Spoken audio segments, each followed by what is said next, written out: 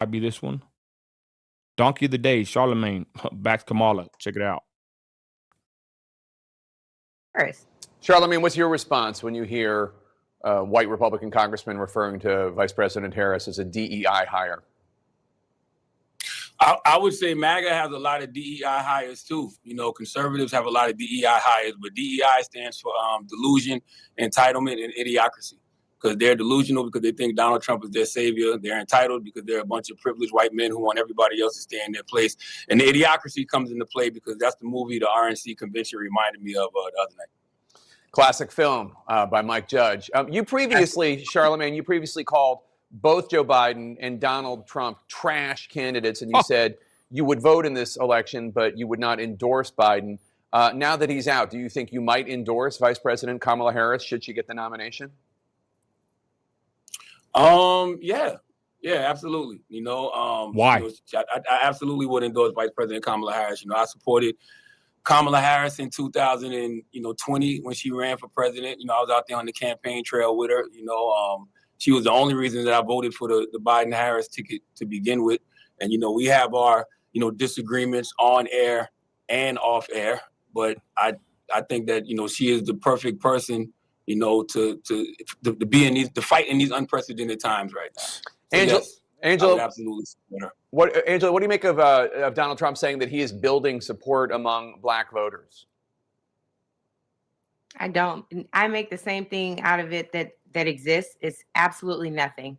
It's a nothing burger. Donald Trump does not have a tremendous track record with black people. I think many of us can see through the lies, the parallels that he's trying to make with his, entanglements with the system are not real. There are black folks who are struggling to make and pay legal bills every day, struggling to figure out how they're going to raise bail money. Meanwhile, in Georgia, Governor Kemp signed a bill into law that would prevent organizations that help people make bail. He prevented that. That is Donald Trump's, someone who's just like Donald Trump. It's Donald Trump's legacy playing out in states. When you look at what Project 2025 is all about, we know that most of those policies will hit us harder than anywhere else. When you look at what the Supreme Court has done with the three Project 2025, that's not his agenda. They keep trying to get that to Trump, y'all. He didn't said it. Damn.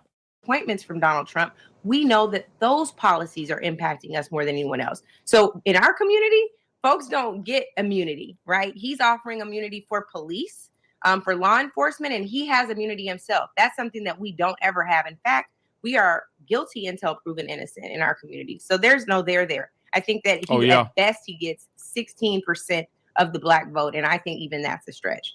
Angela, Vice President Harris's advisors say that her campaign is going to lean heavily into the choice between her as a prosecutor and Donald Trump as a convicted felon. Do you think that's wise? Is that what voters want, a prosecutor? I think there's never been a time where voters would want a prosecutor more. You have someone who has a proven track record, again, as a prosecutor, as a state's attorney, as an attorney general, rather, and she has demonstrated that she knows how to prosecute cases against the most corrupt. She's actually like worse than the police, right? In their eyes, right? In the urban, in the street guys' eyes, the prosecutor, right, is the one that's, they're the ones that's going to handle your case and put you in prison. So if they want to play that card, y'all, let's be honest. She's basically like a bona fide police officer, a higher level or higher ranking police officer in a sense, right? If they think that's going to win votes with the blacks, they want to play identity politics, let them. But I thought Kamala was an Indian. I saw the Simpsons. Someone said she was Asian, Indian, black. What is she? What is she? Does it matter? To be honest, to them, obviously it does. Corrupt among us, and I think Donald Trump. I'm gonna be honest. What is the wench done, y'all? She hasn't done a damn thing, in my opinion.